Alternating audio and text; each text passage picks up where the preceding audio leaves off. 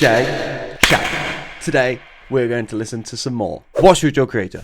我们今天听 J Chou. So we have listened to some of his older songs, sort of 2000s, and today we are going to listen to something that is slightly different, I think, and that is Turkish Bintilin. So I'm told it's more poppy and a bit more dancey.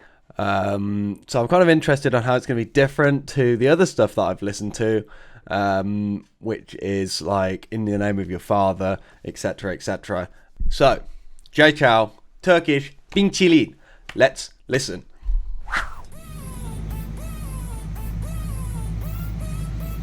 Hey, 要不要跳一下？随便啊。It's got quite a fast tempo.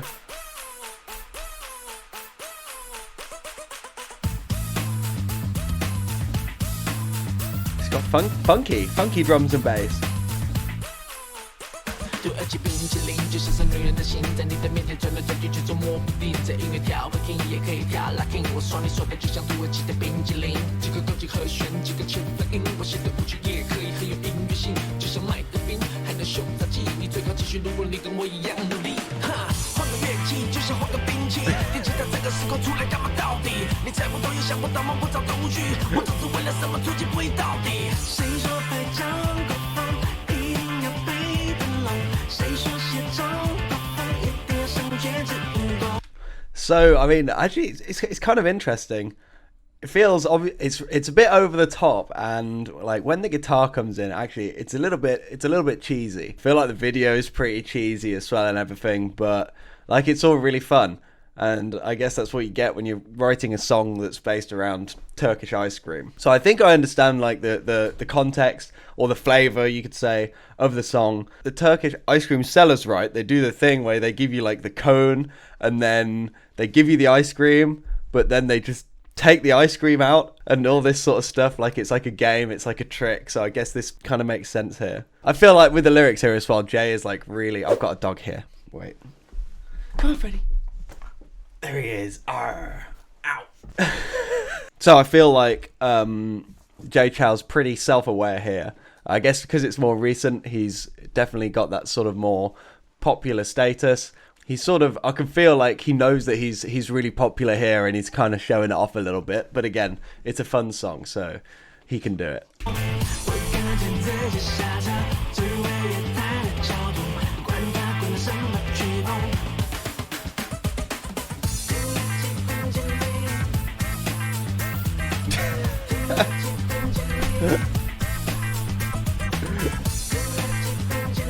Oh, I get it. The sticks are the ice cream sticks. I didn't spot that.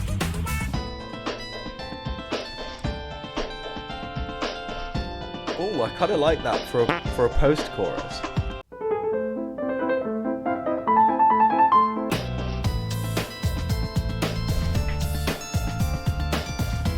So obviously we have this hook here, which is just Turkish ice cream, Bintilin, repeated. And I guess that's okay. I wouldn't say that that's a very exciting part of the song, really. You have this like synth doing a simple melody, but it feels like it's sort of hopping on this trend, like the dance sort of trend of just having a really simple hook, basically to try and turn it into a bit of a meme. I prefer the verse because his lyrics are so they're quite funny, really, but a little bit boring in the chorus. But it's made to get stuck in your head, which it does. I guess that little repeated melody does get stuck in your head.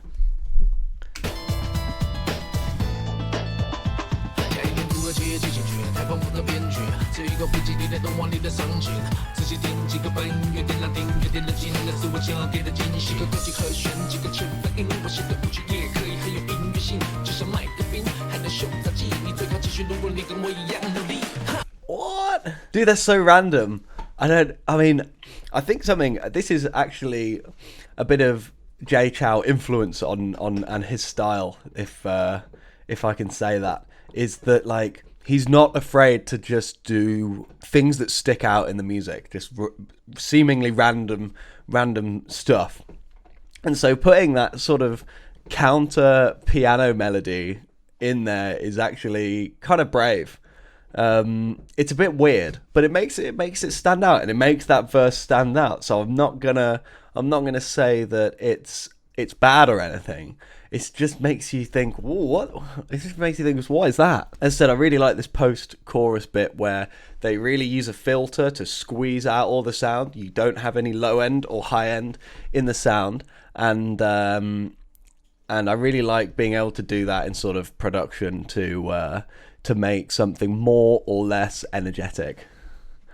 I want to go back to this. That is a very familiar melody, actually. It's Chou from the future. I've just realised that that little melody is, of course, the Turkish March by Mozart, and that makes it pretty clever, and now I like the song even more.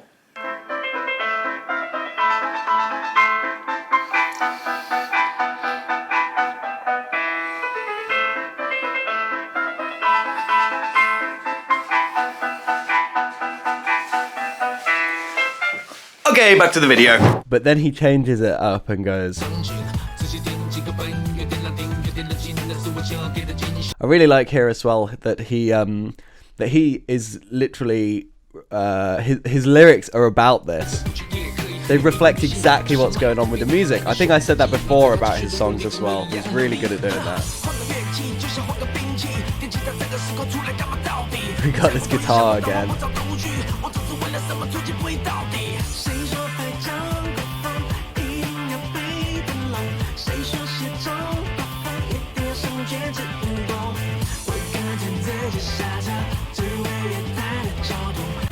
I quite like it, it's quite funky.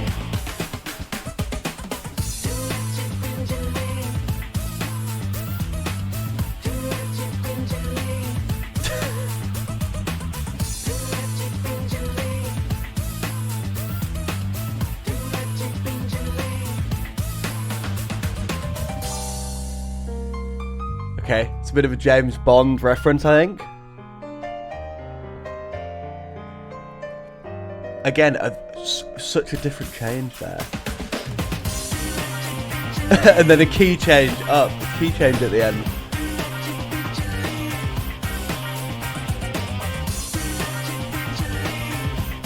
It is catchy.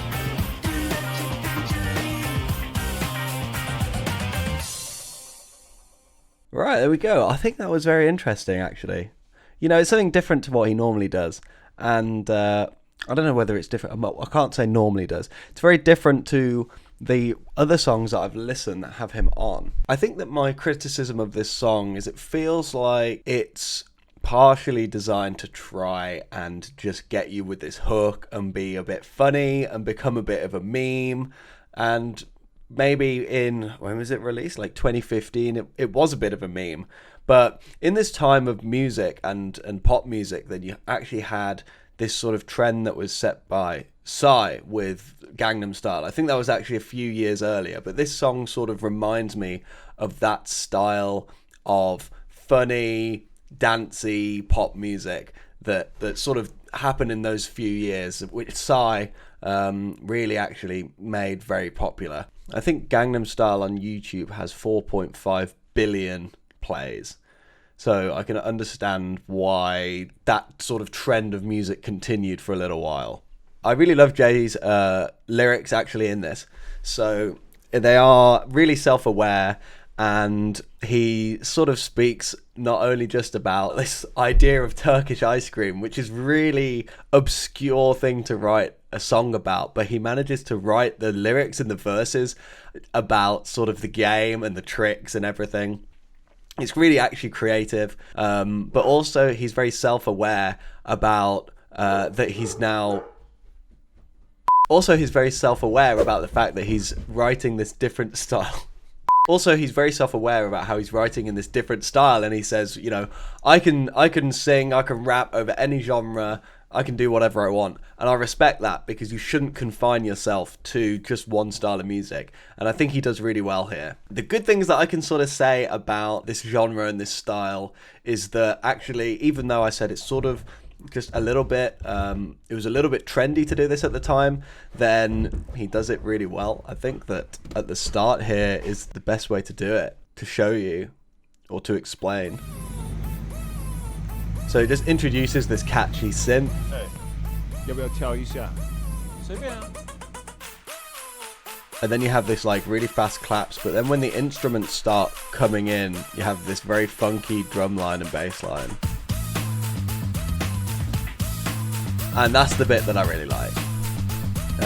And then obviously you have this really interesting second verse piano part, and also where you have a sort of really short middle eight here. Where he just breaks down to a random piano segment and then brings it back in with the key change, and that goes up. And I think part of the reason that this is done is it's kind of shock value. Again, I feel like, you know, this style of song is meant to be like a bit of an internet hit, and having sort of seemingly random parts in there can take people by surprise and give people a bit of a laugh. But I just think that that's also executed really well. And it's quite a brave thing to do, really, because I'm sure that there are people saying, oh, don't do that, it's silly. And it's been done anyway, and it makes the song really quite individual and everything. So yeah, I don't think that this is going to be like one of Jay Chou's greats or anything. It doesn't have that level of sort of depth and setting that his other songs that I've listened to have, but obviously I don't think that's the purpose of this song. But it does have a really creative center around it of Turkish Icecream, and the lyrics are written around that really well, and it has that sort of pop catchy hook which was popular back sort of in 2015. Would I listen to it again? I think so. I think I'd listen to it again. The video is pretty funny as well. So that was Turkish Icecream by Jay Chou. Thank you for listening to my analysis. I hope to listen to more of Jay Chou's songs in the future. I'm sort of drip feeding them to myself over time. So next song, put it down in the comments. Make sure to follow for the next one, and I'll see you later. 再见, bye bye.